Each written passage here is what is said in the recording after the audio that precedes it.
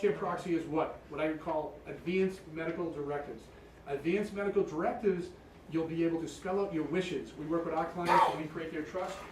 And we give all our folks, even if you're coming for the initial review meeting, we always give our folks who come in a set of advanced medical directives so you can spell out what type of care you would want in a given medical situation.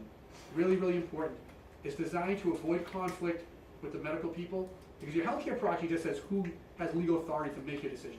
It doesn't tell them what decisions to make, right? The medical directives will give them guidance and direction on what type of decisions you want made for yourself. Is that important to you? Then you want to make sure you get updated advanced medical directives. You can spell out, if I'm in a coma, no chance of recovery, what type of care do I want? You might want pain medication, but you might not want CPR. If I'm in a coma with a slight chance of recovery, what type of care do I want? If I have dementia and cancer, what type of care do I want? What if I don't have cancer and I have dementia and I can live for another 10 plus years, my quality of life is probably not great, and I have a heart attack? Do I want to be revived to sustain that quality of life? Check off a box on these advanced medical directives. They're designed to avoid conflict with the medical people who are educated and trained to sustain life with machines and medication. Also designed to avoid conflict with whom? Well-intended family members when emotions are running high. Does that happen ever? All the time. All the time. Who said that? Thank you. Happened to me.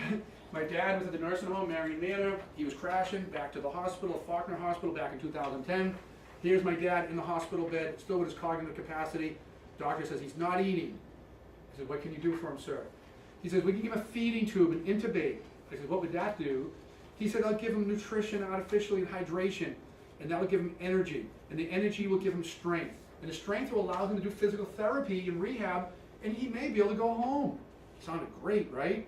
My dad's lying in the bed, I'm watching him die, and I'm like, great, can we do that? A family member pulled me aside, who was in the nursing industry, and said, do you know what that means? And described, he said, all you're doing is delaying the inevitable. Dad's 86. Talked to my dad. Dad, he's your medical director. Do you want to do that? The doctor said he could do it. He looked at me, shook his head. He's like, you're crazy. He's like, no, I don't want that. So he was comfortable with it. I wasn't comfortable with it. My emotions were running high there for that 5 minutes, but I quickly got a check on my emotions by talking to a family member and looking at my dad's medical directives and talking to my dad. He still had his cognitive capacity, thank goodness. But in a situation like that, family emotions run high. It can create family quarrels and fights.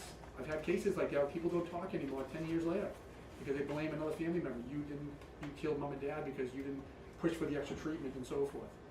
Talk to family members and never talk again. So emotions are running high. The other big benefit is it takes the burden off the shoulders of the decision maker.